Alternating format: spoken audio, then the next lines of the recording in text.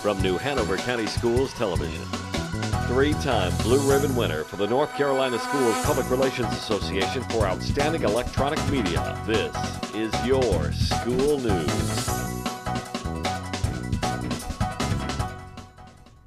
Welcome to your school news for the week of March 17th through the 23rd. I'm E.J. McGonigal. And I'm Alexander Ellsworth. Topping our newscast this week, the New Hanover County Schools holds its Battle of the Book competition. Ashley High School has an elective showcase for rising ninth graders, and Alderman Elementary has Career Day as students plan for their futures. The annual Middle School Battle of the Books was held this year at Rolling Grice. This year, participants read 27 books and came together to demonstrate their abilities and test their knowledge of those books. The competition was a tough match, and 8 teams answered an overwhelming number of questions at this year's event. We get this report from YSN reporter Jamie Stalford. Hundreds of characters, numerous settings, and countless details to remember. That was the challenge that faced this year's Battle of the Book competitors. The purpose of Battle of the Books program is to encourage reading by all students at the middle school level. Students, regardless of ability, are exposed to quality literature representing a variety of literary styles and viewpoints by prominent authors in the area of young adult literature. Some books we had to read, they gave us books of all different genres for us to try. Like, for example, there were a bunch of nonfiction books that we used, and also other fiction and fantasy books that were in it. It's a fun thing to do. Like, if you like to read, it's a fun thing to do, get you more trained for like other books, get your reading level up, stuff like that. The Battle of the Books competition is similar in style to the TV series Family Feud. Every question asked in a battle is answered by the title and author of the book.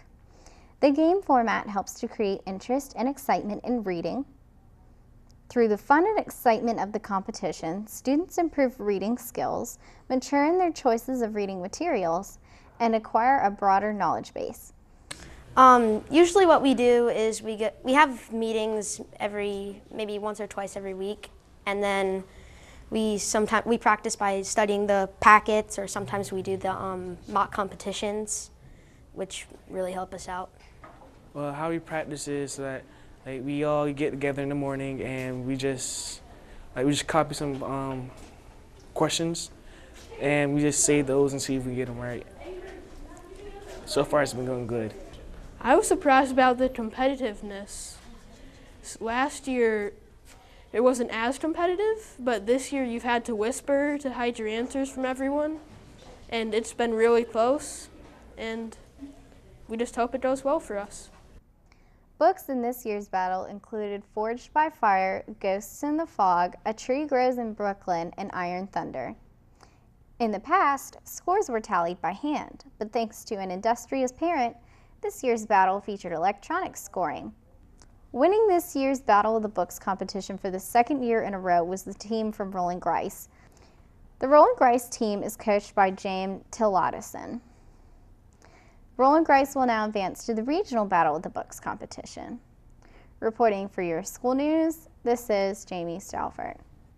In other news, it was a day filled with learning and merrymaking as Alderman students got to witness Career Day at school. The 4th and 5th grade students were in for a treat when adults from all sorts of job fields came to visit them. All of the children were excited to learn about the different careers such as nursing, meteorology, and architecture.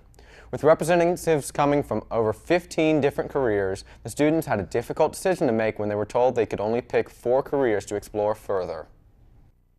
What surprised me is that, the fact that you have to wake up really early in the morning to work, and how much, money you would make, and how good it is to be at a certain job. I learned that most jobs are hard, and you got to get good education to get more money for jobs, and you got to be really good in school, and you can't miss out, you can't get in trouble, and a lot of stuff. The students were amazed by the great representatives and all of the tools that they brought with them to help pique the students' interests. The doctor, Justin Miller, brought a stethoscope and a blood pressure valve, while the students also had fun with the models, pictures, and other great tools that all of the engineers brought to the school. The kids got to sit in a cockpit simulator brought in by pilot Steve Williams, and try on a bulletproof vest provided by SBI agent John Taylor. Of course, all the students gravitated towards the dog that Dr. Medden Taylor brought along to keep her company. The event was great as students learned to think logically about their future careers, but at the same time had a lot of fun interacting with the representatives and all of the interesting items that came along with each job. Sarah Gubitz, New Hanover County Schools Supervisor of Academically and Intellectually Gifted, has been selected as the 2014 North Carolina Gifted Administrator of the Year by the North Carolina Association of Gifted and Talented. She was recognized at the State Awards banquet during the annual organization's annual conference in Winston-Salem.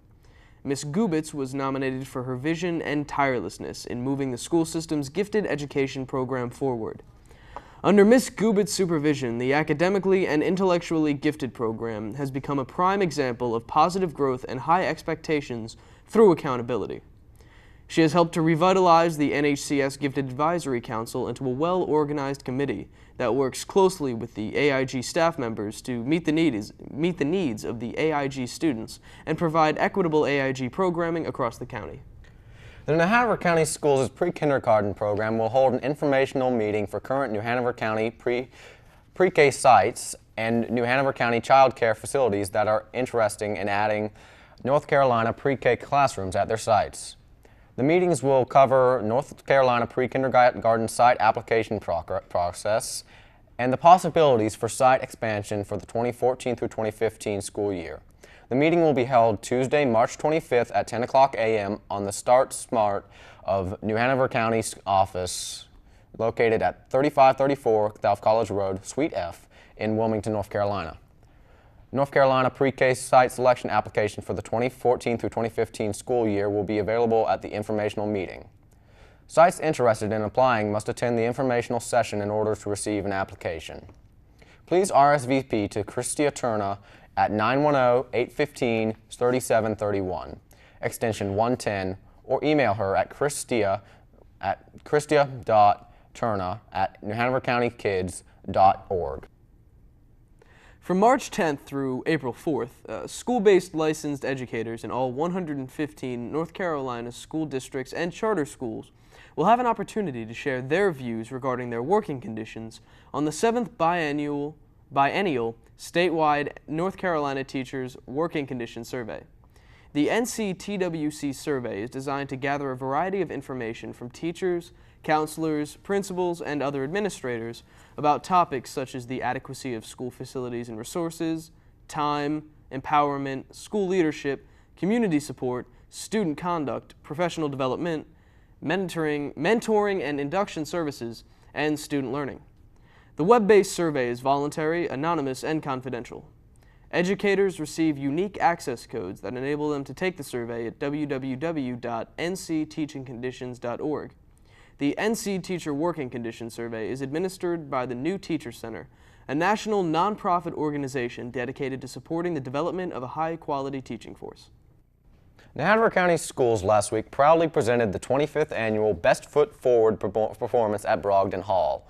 The school system's brightest and most talented students from 16 schools showcased the arts curriculum through dance, drama, and music. We get this full report on the event from YSN reporter Bobby Blue. The 25th anniversary of Best Foot Forward was a spectacular event drawing great cheers from a packed crowd in Brogden Hall. The evening of entertainment featured musical and dance acts from schools across the county. From pre-K students to seniors in high school, every performer was excited and eagerly awaited taking the stage. I'm most looking forward to actually just getting out there and dancing, seeing the crowd's reaction to what we do and how they react to what we do. I'm really just looking forward to doing the performance because I think it's going to be really, really fun. And I'm just hoping to have a lot of fun. I'm not really hoping if I mess up or not. I mean, I don't want to mess up, but I'm just wanting to have a lot of fun.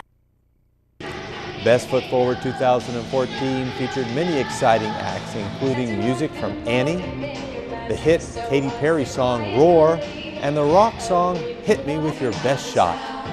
Many acts combined multiple songs into an outstanding performance, like Gregory's Motown Melody, Laney's Party in the USA, and Parsley's Rock of Ages. Each performance sent the crowd into a cheering frenzy, and the student performers had the experiences of a lifetime.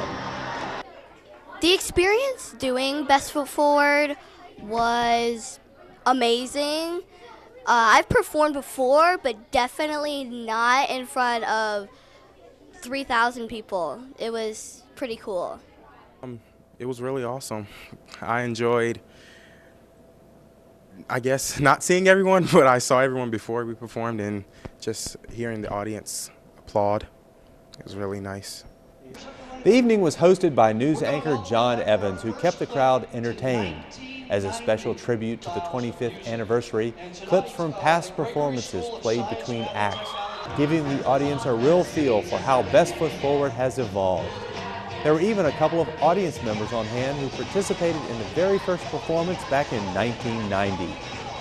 For the past 25 years, Best Foot Forward has been the premier art event in New Hanover County. An evening every participant will remember for life, and something every student of the arts can look forward to. I would just tell them that if they love music and as much as I do or as much as any of us do, they should go for it, because it's like you're going to have a great feeling while you're doing it, and afterwards it's just going to be the best thing ever. As a magical night of amazing entertainment, Best Foot Forward was not only a sensation for those in the audience, but it was also a magnificent learning experience for the student performers and a real showcase of the talents within our school system. Reporting for Your School News, this is Bobby Blue. Laney High School has named Ashad Yeoman as head varsity football coach. Coach Yeoman currently teaches career and technical education at Laney and has been serving as the football team's defensive coordinator at Laney High School. Coach Yeoman began his teaching and coaching career at Laney High School in 2008. He is a product of the New Hanover County school system, having attended Snipes Elementary, Blount Elementary, Winter Park Elementary, Noble Middle School, and he's a graduate from Laney High School in 2002. Coach Yeoman was a captain on the 2001 Laney High School 4A state runner-up football team. Everyone is happy to have an enthusiastic coach with positive ties to Laney High School and the community. It was a big day for middle school students looking ahead to their high school years when Ashley held its annual elective showcase. Students packed into the lobby of Minnie Evans to talk with and meet with students participating in the wide selection of electives offered at the school. Students were introduced to the career and technical education courses offered. Booths were set up to give students a first-hand look at offerings in business information and technology, health occupations, and trade and industrial education. The middle school students learned that the purpose behind North Carolina CTE classes are to empower all students to be successful citizens, workers, and leaders in the global economy. In addition, a number of clubs such as drama, band, and chorus were on hand to share the fun and experiences offered through these exciting electives. The philosophy behind the showcase is that freshmen need to begin charting their college preparation course plan. Ashley High School's elective showcase puts them on that path. Snipes Academy of Arts and Design 4th and 5th grade students will pay tribute to famous African Americans in the school auditorium. Enhancement teachers, 4th and 5th grade teachers, and the graphic design teacher put together a comprehensive program depicting students' heritage. The Black National Anthem was sung and students danced the Lindy Hop. Students also performed a montage of events such as the Greensboro Four and Harriet Tubman, with students dressed as historical and modern figures, reciting monologues to sharing the contributions of those individuals.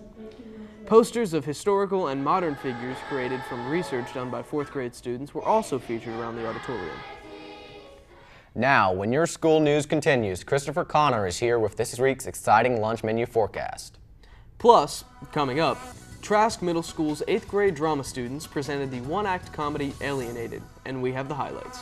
This is Your School News on cable and online. Don't be away. We'll be right back.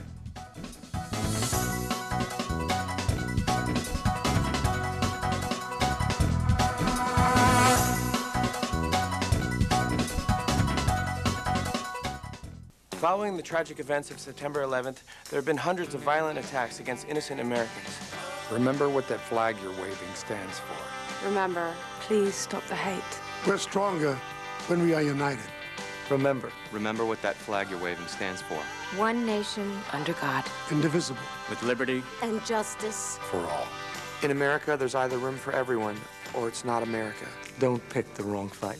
Let's keep America land of the free. Stop the hate. Welcome back to Your School News. All this month, our B block is devoted to a variety of themes that are centered on the month of March. March is known for being the first month of spring. It was named for Mars, the Roman god of war, who was also regarded as a guardian of agriculture. March is also an important month filled with one of the largest varieties of themes of any month during the year. During this month, we have been exploring a variety of themes in a series of special reports we like to call Themes Like March. During the month, we have been featuring reports on Read Across America, nutrition, youth art and music, and poison prevention. The National Association for Music Education has officially dedicated March as Music in Our Schools Month. This month focuses on raising awareness on the importance of music education for all children. People need to be reminded that school is a place where children should have access to music and art. Music should be celebrated as a learning opportunity. With more on this month's theme, we get this report from Cassie Williamson. 76 trombones led the big parade with 110 cornets close at hand. Awesome, let's do it again. Ready? The month of March is filled with sound as schools all around celebrate the importance of music in our schools. There are many activities and events taking place throughout the month to encourage schools to keep music education. Many music teachers bring attention to their music programs and display the benefits of school music through concerts, performances, lessons, and encouraging activities. So we play instruments. I put on little performances throughout the year. I have a 5th grade chorus, and we perform at the PTA meetings, and we are going to Screen Gems actually to go on a tour there and to get some of our songs recorded that we've been working on. State and local legislators are attempting to make up for this difficult economy by cutting education budgets, which is placing music in schools at risk. This is why we need communities to speak up and support music education. Children who study a musical instrument are more likely to excel in all of their studies, work better in teams, have enhanced critical thinking skills, stay in school, and pursue further education. Learning music is a way for students to enhance their skills. Music is one of those things that kids can really, truly be good at, and it's something that makes you feel human. It's something that helps you be creative. It's also something that you have to use physical abilities, something that you have to use your mental abilities, and it's something that's a part of all of us, and we can all enjoy it. There are many statistics that highlight why music education is so important. Research shows that children who study music tend to have larger vocabularies and more advanced reading skills than others. Studies have indicated that students who participate in music lessons have a higher IQ than students who do not. Music makes the brain work harder and grow to help a student become smarter. I get to learn new music that is very different, and I like a lot of different types of music, and so I get to know more about what I love. I like singing because you can learn a lot of different styles, like how people sing in different ways, so you can learn how to do different kinds of music. There's so many types of it and so many varieties, and it's like there's not just one type of music, there's just millions of kinds, and it's just all really interesting to sing to and listen to. Music education encourages success in society, success in school, and success in life. Music in Our Schools Month and the events surrounding it are the ideal opportunities for increasing awareness of the benefits of high-quality music education programs in nation's schools. Reporting for Your School News, this is Cassie Williamson. Thank you, Cassie. For young children in particular, music can be extremely valuable, enhancing personal, social, and educational development. It's important, therefore, for parents to encourage their children's budding interest in music. Although research is going on all the time into the effects of music on children, active music making is thought to be linked with the benefits such as better language and mathematical ability, improved results at school, better adjusted social behavior, and even improvements in spatial reasoning, which is the foundation of science and engineering. Parents and teachers of school-age students find that studying music can turn children into better students overall. This is because the skills that is learned through music can transfer into general study, communication, and cognitive skills that are used in other areas of study. Similarly, working in musical groups and ensembles can teach children to work more effectively together within their general school environment. Parents, by involving your children, you are helping to expand their positive problem-solving skills and develop their memory skills. And on a personal and social level, the benefits for the child are huge. By giving them a way of expressing themselves, you will be encouraging their creativity and improving their self-confidence and self-esteem. Thanks, Alexander. Join us next week as we continue our series, Themes Like March. It's time now for this week's lunch bill of fare. Gone are the days of mystery meat and the crabby hairnet-wearing lunch lady. Across the county, school lunchrooms have gotten a facelift and a menu makeover. This week, our guest lunch menu analyst, Christopher Connor, joins us with this week's school lunch menu so parents, students, and teachers, and everyone working with the New Hanover County school system can plan their lunchtime options. Thanks, and welcome to this week's edition of Lunch Bill of Fare. This month, we've been celebrating Heart Healthy Month. Remember, no matter the month, however, it's been important to make sure half of your plate is filled with fruit and veggies, and the other half is whole grains. Let's take a look at this week's selections. On Tuesday, March 18, steak fajitas with Spanish rice tops the entree list, along with chicken nuggets with the dinner roll. On the side, pasta salads, black beans and corn salad, broccoli and cheese, a garden salad, and fresh fruit. On Wednesday, March 19th, choose from 2 great entrees, lasagna roll-up with breadsticks, or pork chop sandwich on the side, potato rounds, a garden salad, and pineapple chunks. On Thursday, March 20th, chicken parmesan and barbecue rib sandwich are on your entree choices. On the side, sweet potato, waffle fries, a garden salad, and fresh fruit. On Friday, March 21st, you cannot go wrong with popcorn chicken with the roll or a delightful meatball hoagie. On the side, carrot sticks, a garden salad, and peach crisp. For the weekend, I've got my healthy tip. This weekend, try to keep track of each food you eat and which food group it belongs to on the food pyramid, so you can find out if you are getting enough for each of the food group or if you're getting too much. Remember, it's all about eating right. After the weekend, start the week with nachos grande or a seafood combo. On the side, you have cornbread, corn, garden salad, and a frozen fruit cup. Now take a look once again at your lunch entrees for the week. You got some great selections for the week. It's a great week full of some wonderful choices. Wednesday and Thursday have a strong Italian flavor with lasagna roll-ups and chicken parmesan as a real standout. Friday, you can't go wrong with the all-American popcorn chicken. From the newsroom, this is Christopher reminding you a good laugh and a long sleep are the best cures in the doctor's book. Back to you. Thanks. Don't forget, you can also catch the Lunch Bill of Fare during the morning show here on the Learning Network and get lots of healthful nutrition information online at www.nhcs.net/nutrition. Now don't go away. Coming up, Trask 8th grade drama students presented the comedy Alienated, and we have the highlights. But up next, we've got the high school sports report with Russell Harrison. Russell will keep you updated on all the games for the coming week. Your school news will continue after the break. I've always said that you can't change what you don't acknowledge. So let's acknowledge this. 1 in 6 Americans now struggle with hunger. These are our co-workers, our neighbors, our friends. The problem is closer than you think. But so is the solution. This is a changing day, not just in your life, but in the lives of many, many others. Join me by visiting feedingamerica.org and find your local food bank to help. I'm Dr. Phil, and together we're Feeding America. Welcome back to Your School News. It's time for sports with Russell Harrison Jr. Welcome to this week's sports segment. Spring sports are in motion, and we've got a look at last week's baseball games and this week's crosstown rivalry games in baseball, softball, and girls soccer, and lacrosse as well. Let's kick things off with last week's baseball games.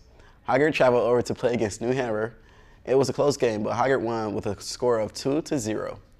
Ashley Screaming Eagles played against South Brunswick and won by a score of 5. The final score of this game was 7-2. Laney played against Trask and won with a win of 5-3. This week's upcoming baseball games, the Higher Vikings will be at home playing against East Dumpling on Friday, March 19th.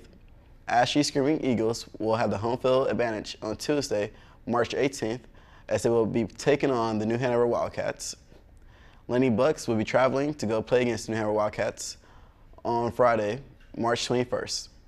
This week's upcoming softball games, New Hanover will be at home playing against Laney Buccaneers, which will be a conference matchup on March 21st on Friday.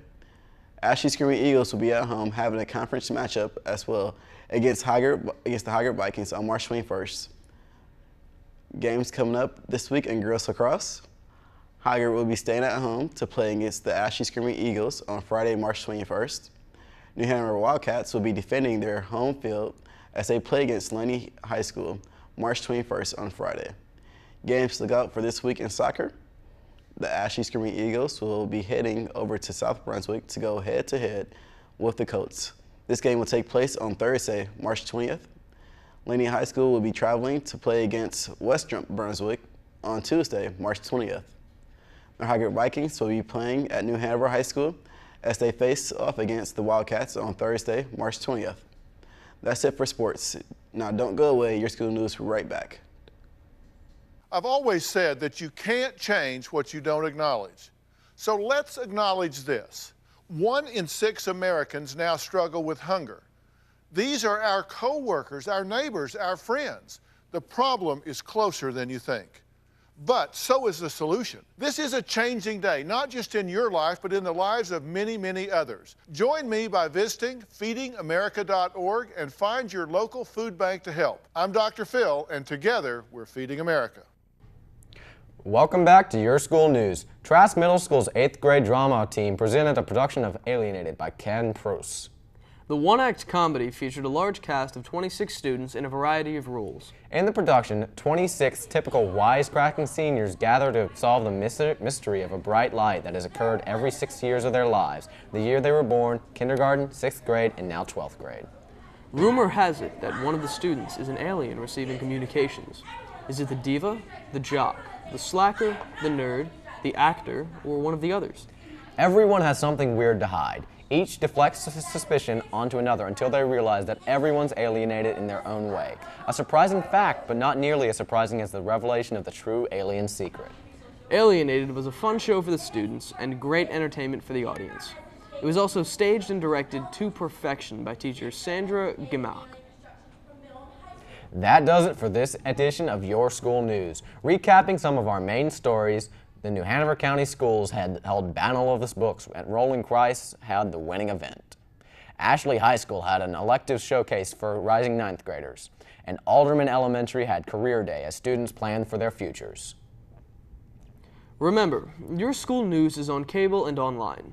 And don't forget to start your morning with our light and lively morning show, weekdays at 6 a.m. I'm E.J. McGonigal. And I'm Alexander Ellsworth. On behalf of the entire YSN crew, thanks for watching the Hanover County Schools TV on the Learning Network of the Cape Fear. Have a great day.